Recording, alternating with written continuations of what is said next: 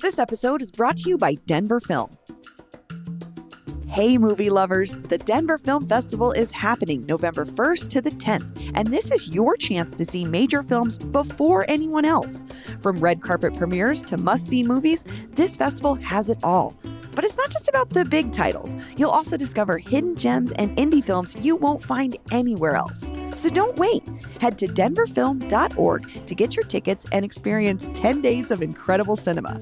That's denverfilm.org. We'll see you there. This episode is brought to you by the Denver Public Library. Come down Sunday, November 3rd at 10 a.m. for the Denver Central Library grand reopening ribbon-cutting ceremony. The library will open at 11 a.m. for you to explore redesigned spaces like the new children's library and the one-of-a-kind teen space. Enjoy live entertainment, refreshments, giveaways, and more. RSVP is encouraged at denlib.org/celebrate. That's denlib.org/celebrate.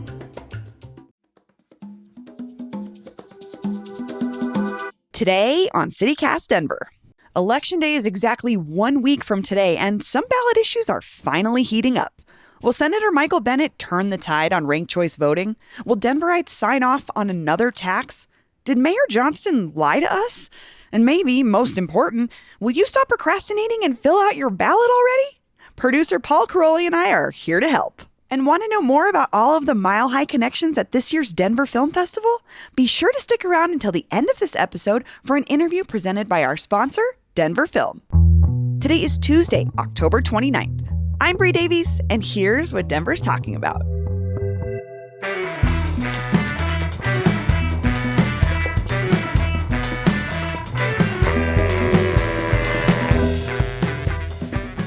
Hey, Paul. Hey, good morning. Good morning. Oh my gosh, we're almost to the end of this exciting / slog we call election season. Yeah, 1 week away. I am constantly having mixed feelings about it. It's really exciting. There's a lot of things that we're debating that are going to fundamentally maybe change the way things work in the city and or state over the next few decades. But also I'm tired of talking about it. I'm enjoying it. I mean, the local stuff is fun, I think. Yeah, because it's not as high stakes. You'd go to the national level, it's like, oh, he's a fascist. This is an apocalypse. And like, yes, it's very high stakes. But like at the local level, you can have a reasonable conversation with someone about tax policy or about, ecological, management. These are important issues, and it's reasonable. You can just talk to your neighbors. That's why I love this work. We are talking about one of these initiatives in particular, the state initiative, 131. What is going on with this, the latest conversation around this one? Well, I wanted to talk about this because this is one, seems like there's some movement happening. In the last recently. Recently, yes. So over the summer, I talked to the leaders on both sides of this campaign, Kent Thiry and Amber McReynolds. Amber McReynolds, former Denver elections official. Kent Thiry, local mega millionaire, wouldn't tell us if he's a billionaire, even though we know he's probably a billionaire, who's been bankrolling this thing. They're pushing for this initiative to change the way our elections work, to switch from party primaries, so like a Democrat and a Republican primary, to send a nominee from each party for a major state office like governor, to open primaries. So like everyone who makes the ballot runs together. Top 4 winners from a primary go to the fall election, which would now be ranked choice. It's a very interesting proposal. And yeah, from what I've been hearing recently, especially from the folks on the campaign, is that the support that they thought they had was not as strong. Well, I was going to say, so you said you talked to both sides of this issue. You talked to Representative Emily Sirota about the opposite side, people that are not in support of this change. But like you're saying, it's becoming more of a competitive race. It's tightening. I was talking to one political insider type, who I won't name, last week, and he said that there was recently a call with the Federation, because this is a national thing. Like Thiry and Co. are leading it here in Colorado, but they're also, Thiry especially, is bankrolling campaigns to do the same reform in other states. So they're all coordinating. They're sharing best practices, like what convinces people. Yeah, it's all the same. So apparently there was some call with the National Federation, and the Colorado delegation seemed a little bit nervous on that call, is what I heard. What is making them nervous? How are things changing in the conversation, or what's coming to light? The biggest thing that's changed is that senior Senator Michael Bennet has started speaking out against this proposal in a big way. Which is interesting because who has been supporting it vocally? like Polis, Johnston. Johnston has endorsed it. Polis has endorsed it. Mm-hmm. So we've got some big political figures coming in on the other side now. Absolutely, yeah. Yeah, but Bennett's big thing that maybe this is the thing that's been turning the tide. Maybe it's not, but he's been talking a lot about the influence of dark money and how if you have this open primary system and the parties aren't there to like be like the umbrella under which the debates happen in the primary process, he says that it'll make it easier for dark money influence to shape how the elections turn out and influence things in ways that people don't understand and make things murkier, which I think, that's been persuasive for some people. I think that's an interesting argument. The folks on the other side backing the initiative, they say the opposite. They would say dark money is already quite powerful. Right. How would deprioritizing the party's influence change that so much? But I mean, the polls seem to be tightening, so that'll be an exciting one to watch, even more than it already was. Yeah. I have to say for this one, it just still feels very confusing to understand what we would be changing if we voted on this change in our process. What would be the impact, the implications of a reform like this? Yeah, the practical outcome of what it would look like then next time I voted, like what my ballot would actually look like, how I would understand doing it. That's what's in my mind. Oh, really? I think that's the easy part. You'll get a ballot that would look like a grid. Like on the ranked choice part, you get a ballot look like a grid and you'd pick your favorite candidate, your second favorite candidate, your third favorite. To me, that part's kind of exciting because I get to share more of my opinions. It's not just, I don't just pick my one person who maybe I'm voting for some reasons that are like, oh, well, I don't like this policy. I don't like that. I'm compromising. They're the one I like the best, the least bad. I get to say this person and that person and that person, And well, cool. And that makes sense in the when we look at Colorado as a state and how many independent voters there are here, and that has long been a complaint, right, of independent voters, is like, why do I have to be aligned with one party or the other? Like how you deal with the primaries when you're an independent feels maybe like this would be a better option. Maybe. I mean, it's another change. It's really up to voters to decide. Yeah. You never know how people are going to vote on something like this, but this is where we're at. Anyway, also, in response to the tightening polls, it seems like, I wanted to share this, the Denver Post's Seth Klamman reported over the weekend some new campaign fundraising numbers.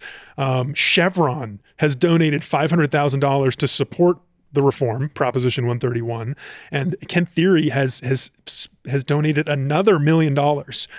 So he has now donated a total of $2.43 million in Colorado alone for this election reform. We'll put a link to my interview with Thiry in the show notes if you want to hear from him directly. I was just like, I mean, that's not going to sell me on it. Like, who's donating this money? Like Chevron? But there's a lot of Have you seen the ads? I haven't. These are ones I'm not getting. Interesting. I started seeing them over the weekend. Interesting. Not as many as Evans and Caraveo. That's all I get, honestly, on YouTube. That's it. I was watching the Broncos game. There was an ad break where there were 8 ads, and literally 6 of them were either for or against Evans or Caraveo.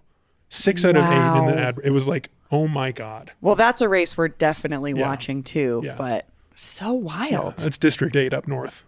We've got we've got exactly a week and we'll know the outcomes of these situations.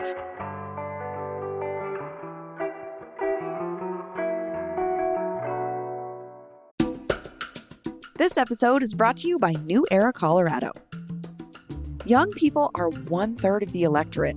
New Era Colorado is a grassroots organization that organizes and mobilizes young people to participate in the political process, to harness their collective power to co-create a Colorado that serves all people.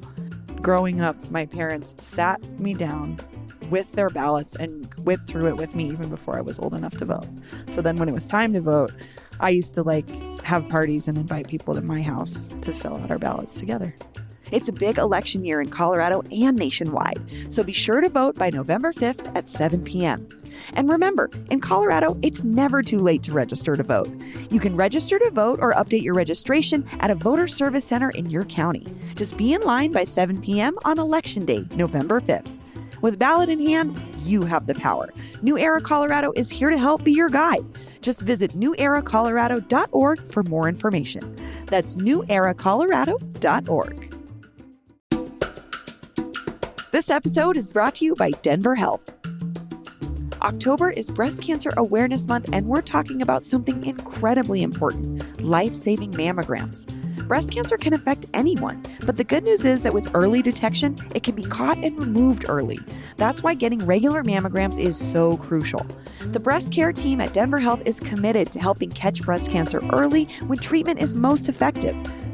A mammogram is quick, non-invasive, and can make all the difference. If you're 40 or older or have a family history of breast cancer, don't wait. Early detection saves lives. Take control of your health. Visit denverhealth.org/mammogram to schedule an appointment. That's denverhealth.org/mammogram. Let's talk about another ballot issue here in Denver. Ballot question 2R.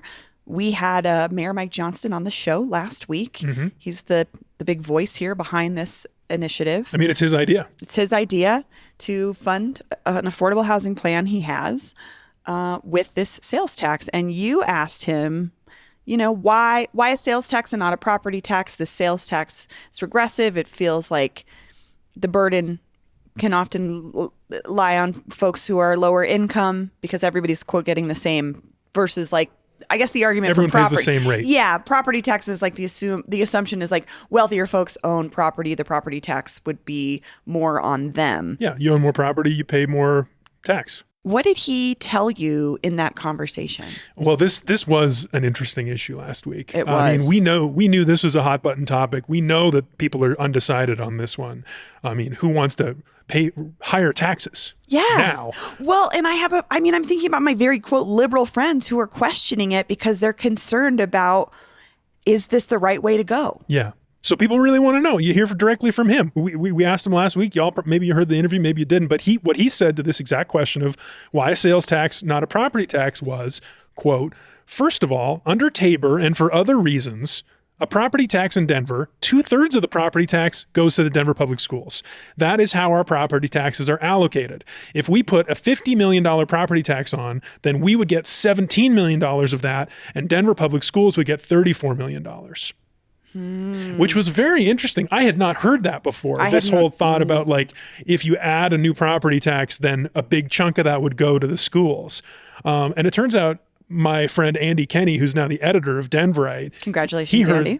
Seriously, congratulations. Big deal. Couldn't think of a better person to run that organization, which I respect a great deal. So he heard that and he was like, he's reported on Tabor for years at the state level. He knows Tabor like the back of, which is a really hard thing to know, and he knows it. Yeah. So when he heard that, he was like, wait a second, that doesn't sound quite right. So his Tabor antenna went off. Yeah. I could just see it. So he reached out to State Senator Chris Hansen, who you might remember was one of the 17 people who ran against Mike Johnston for mayor. My understanding is that there's no love lost between Mr. Hansen and Mr. Johnston, our mayor. Anyway, Hansen told Andy that the mayor was, quote, factually incorrect. Ooh. That in fact, Denver could absolutely have added a property tax and that the revenue from that tax would not have gone a big chunk to DPS. Really? Mm-hmm. Yeah. That's what Hansen said. Okay. So I sent that article to the mayor's office, and then I got a call end of the day on Friday from the mayor where he clarified this, and he acknowledged that he was wrong. Okay. They totally could have done that. They could have absolutely put a property tax on the ballot instead of a sales tax, and that a new property tax's revenue could have all gone directly to fund affordable housing and not have that percentage pulled away for DPS. That's the thing that he misspoke about. He was just referring to the fact that most of our property tax revenue does go to DPS now. Well, not most of, but a big chunk of. But, and now I'm going to quote something from he told me on Friday, but we didn't want to do that because it would drive the cost of housing higher. If you increase the property tax on, say, a landlord for a multifamily building, they'd pass that along to the cost to the renters. The tax burden here under his proposal, he says, the sales tax, is still relatively low. We think the tax burden from sales tax is easier to manage for more people. It's about managing the cost of housing.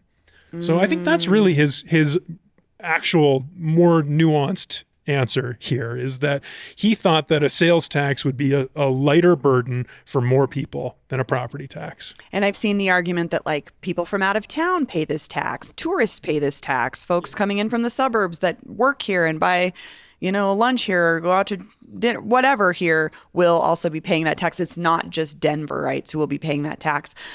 That is so, but I'm also thinking about the climate, the political climate we've been in the Absolutely. last year about property taxes and how hard the governor worked to get rid of this. This conversation was already happening. There was this in a different threat sphere of the property taxes going up. Mm-hmm. And then they had that special session where they made a compromise. So I could see where maybe also Johnson was being savvy and like, we know what people are not keen on right now, and it's someone telling them a property tax is going to solve something for someone else. Yeah.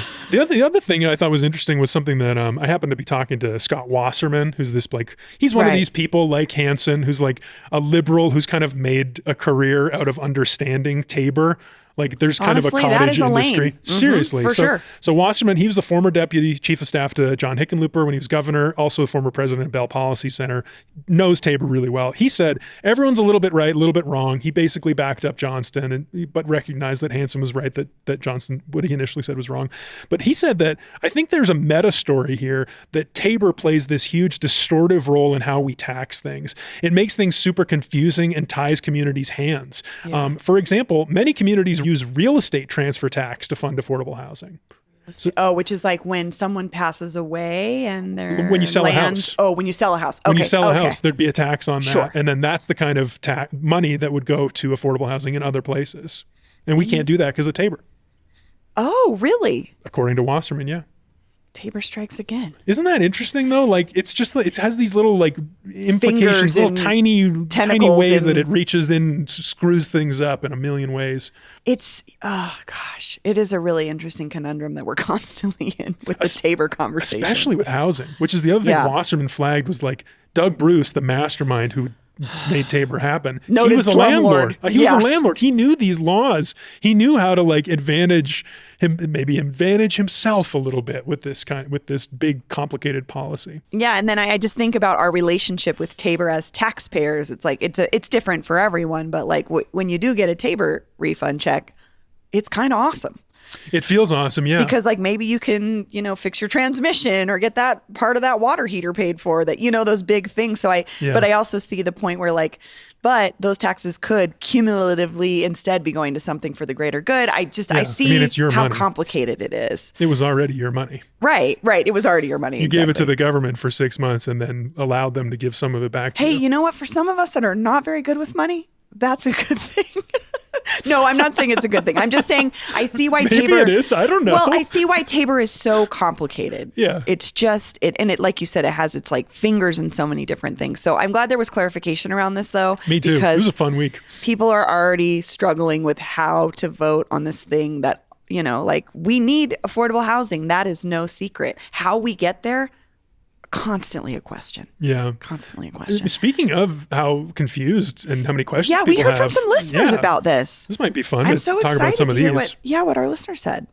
Do you want to read this one from Robert A? Sure. Robert A says, quote, "It is disingenuous for the mayor and some council members to say this money, quote, will do this or that. The plain truth they don't talk about is that the administration has no plan and is obligated to not make one until after it passes. I refuse to fork over tax money without a solid plan. The mayor is so cocky and asking us to just trust him.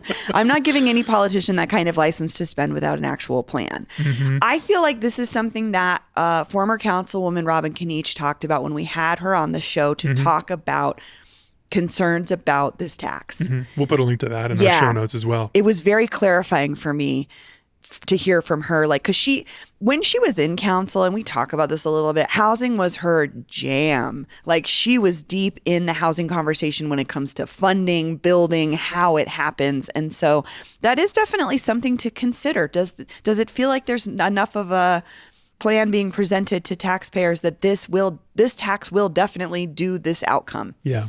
It's hard to know. For the record, Mayor Johnston answered you directly when you asked him this last week, and his answer was, I boiled this down.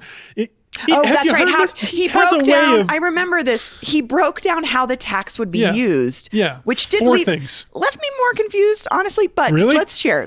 So he said rental subsidies. So that would be like money to help people vouchers pay to their help rent. people pay their rent. Number 2, acquisition. So buying units and making them deed restricted, which he is compared like to rent control. And then building new units. so new housing. Sure. And then home ownership through down payment assistance, which is very similar to what the organization he used to work for, Gary Community Ventures, did for people of color trying to get in their first home. That one I think is awesome in theory. I know what a competitive rental market looks like, and that sometimes is not something you can compete with as coming into the market. You know what I mean? I'm just thinking about when I bought my house in 2018, what we were up against. So it is interesting. The building new units also love it in theory. Supply chains, labor, land acquisition. How fast? How fast can this be done? But I did appreciate that he broke it down like this is his plan. I do see Robert A's point, though, that maybe this is still not enough of a concrete plan to trust that this is where our money should go. I see both sides of this for sure. Yeah, the speed thing is interesting, too, because like if you're someone who's like, I would only have voted for this for a property tax, I'm going to say no and hope that he would come back next year with a property tax. Then you got to think, okay, well, a year delay, is it really worth that much of a difference in the revenue versus like the speed of home construction?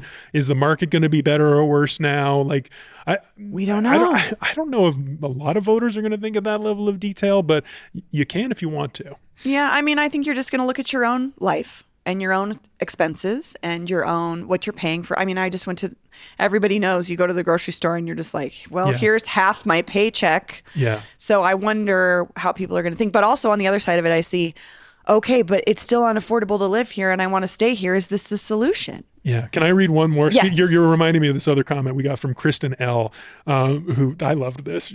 Kristen writes, that's how I feel about it. The mayor can take his prop and shove it. I voted no. Sick of sky-high prices everywhere. One bag of groceries, $60. Tired of seeing homeless people and dirty streets and tired of me and us having to take care of city problems. Why don't you figure out a different solution than having us pay for your problems? Denver is becoming run over by crime, homeless people, drug abusers, way too much development with sky-high rents. The city is dirty, scuzzy. Restaurants are closing. It used to be such a great place, and I am a native. Where am I supposed to go? This is like a chat GPT response from someone who's like, Denver, person who identifies as a Denver native. I hear Kristen, I hear your I hear your frustration. I'm not on the same page as you as like who we're blaming for these things, but I see this is just, I think at the root of what she's saying is stuff's expensive. Yeah. How can making things more expensive be to the benefit of me? Yeah. This reminded me of something that I have a friend who grew up in India, and we were talking about the U.S. presidential election. He's excited. It's the first time he gets to vote. Oh, congratulations. I know, which is fun. But he was like, Americans expect so much of their government. Yeah, we do. Like other countries don't expect this much. Yeah. And I was just thinking that when I saw this comment, like, wow, we're really expecting him to solve a lot of problems. Yeah. Solve a problem that he campaigned on, but he walked into. And I mean, I wouldn't want that. I wouldn't want that burden on my conscience. That's a tough job to have. I think about back to this conversation I had with Mayor Hancock before he exited. And he was like, I had built more affordable housing units than any other mayor in their tenure. Like he had been trying to prove this whole time while he was being called the person that was not dealing with the housing crisis. And I'm not defending him by any means. Everybody knows I've been a critic of him for a long time. But I just see how the scale of the problem is really hard to distill down to one solution that will help, that will be sellable to everybody. And this is one solution, a tax. And we'll see in 7 days how Denverites feel about that tax. Do you have a prediction? I don't, because what I'm finding is a lot of folks are reaching out to me, friends of mine, that are sitting on their ballots because they still don't know. Like I said, I got this sort of frantic call from a good friend of mine the other day who's like, you know me, I'm a bleeding heart liberal, Bree. Help. I definitely want to pay for the hospital. I want the affordable housing, but I don't want the tax. But I'm not sure this is the way. Is this the way? Am I a bad person if I vote against a tax for affordable housing? And like, I don't think you're a bad person. I think you have to make that decision for yourself. And that's what voting is all about, is what do you hope the outcome is? And is this the way to get there? I don't know. Well, Paul, we're going to be continuing to talk about this ballot throughout the next week, as well as the outcomes. But you can always give us a call, 720-500-5418.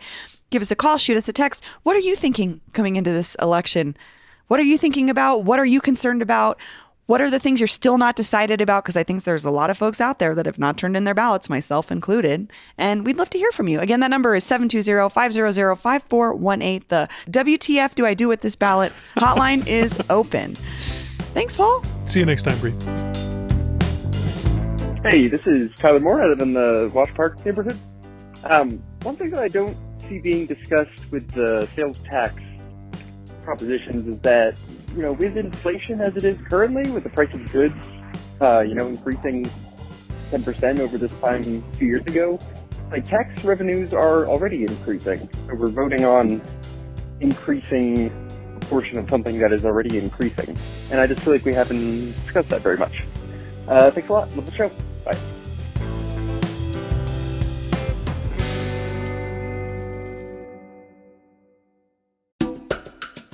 This episode is brought to you by BetterHelp. As we roll into the holiday season, tensions and stress can run high. I have invitations for Friendsgivings and Christmas parties and seasonal get-togethers filling my inbox and group texts, which is a great problem to have.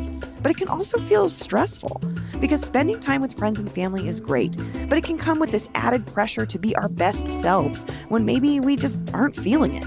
My secret weapon to navigate these times? A good therapist. So why not try BetterHelp? It's entirely online and designed to be convenient, flexible, and suited to your schedule. Just fill out a brief questionnaire to get matched with a licensed therapist and switch therapists anytime with no additional charge. Let the gratitude flow with BetterHelp. Visit betterhelp.com/citycast today and get 10% off your first month.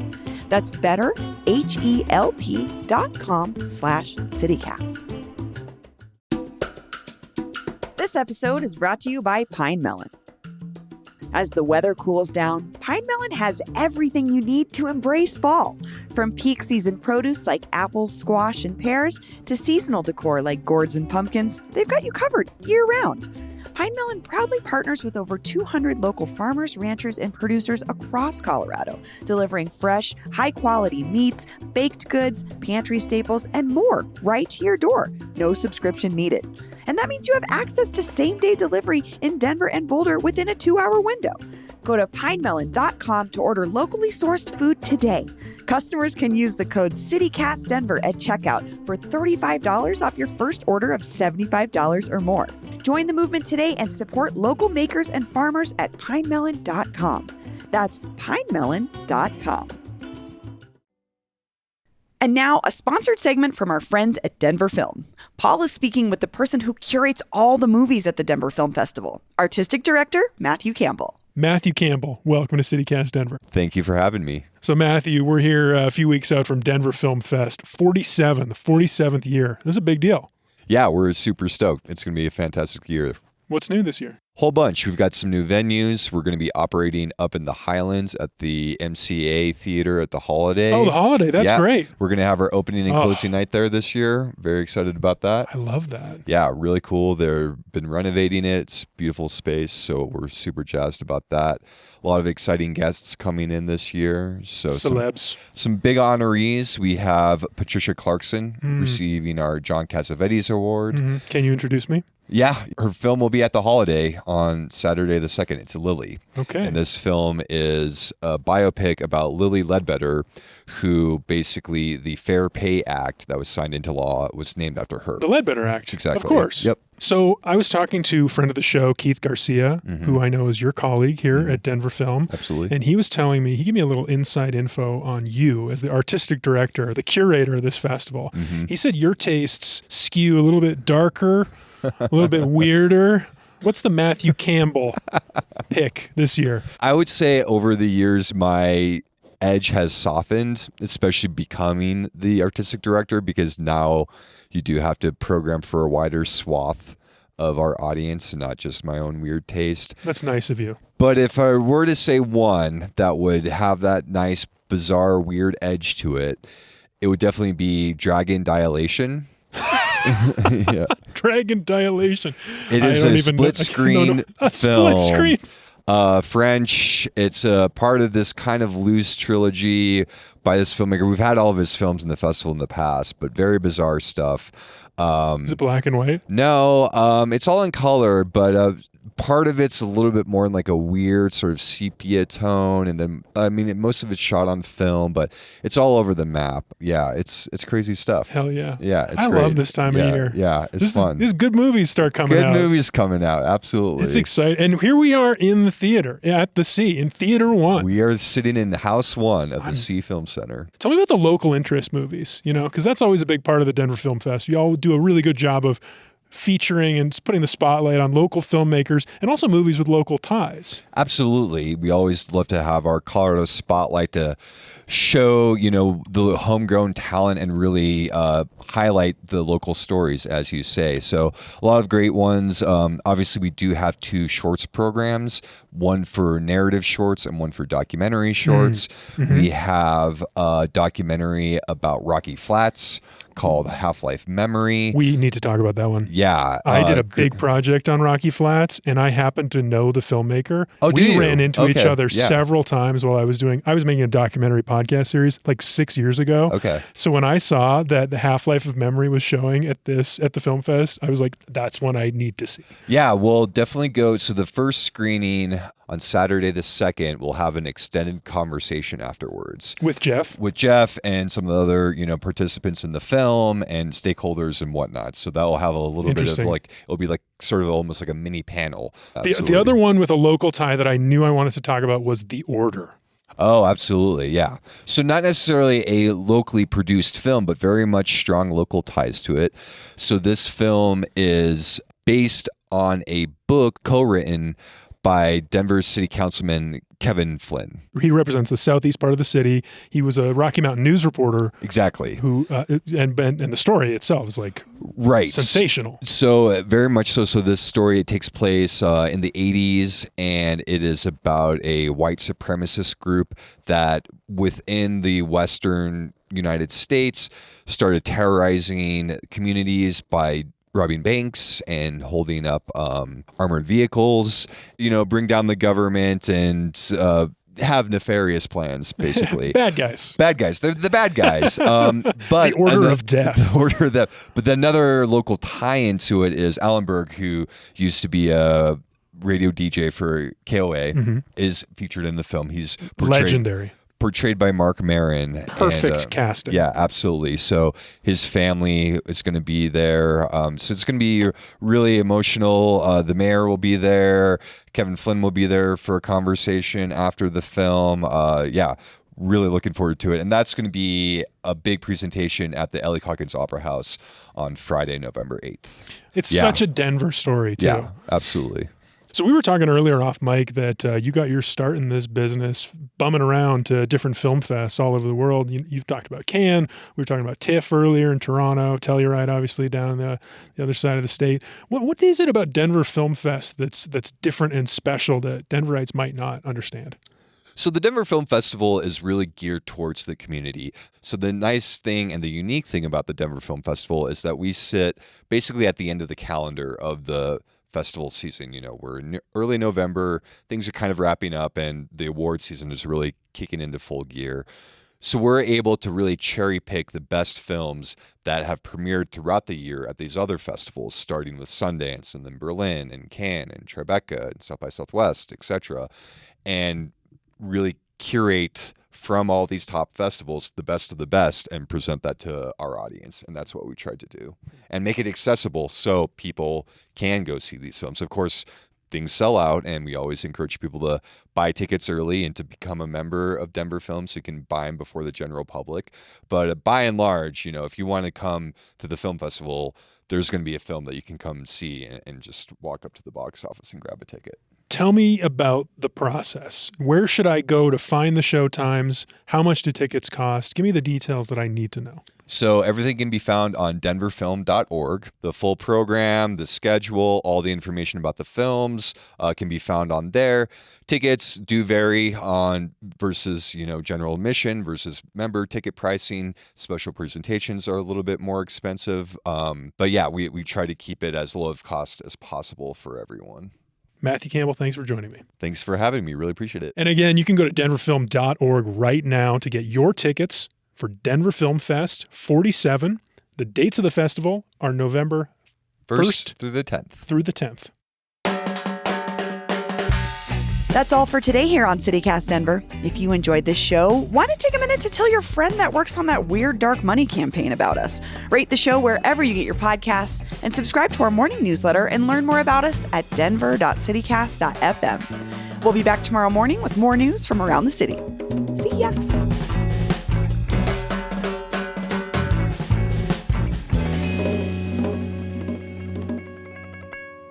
What I actually wanted to tell you about was Dandy Dan's latest sign. Oh, yeah. This is always fun. What's on there? Now hiring fully clothed waitress. Question. Sometimes they actually advertise, they have positions open, right? Mm-hmm. But most of the time, it's like punny. It's a joke. So is this a punny joke? Or is this like, this is actually what we're hiring for?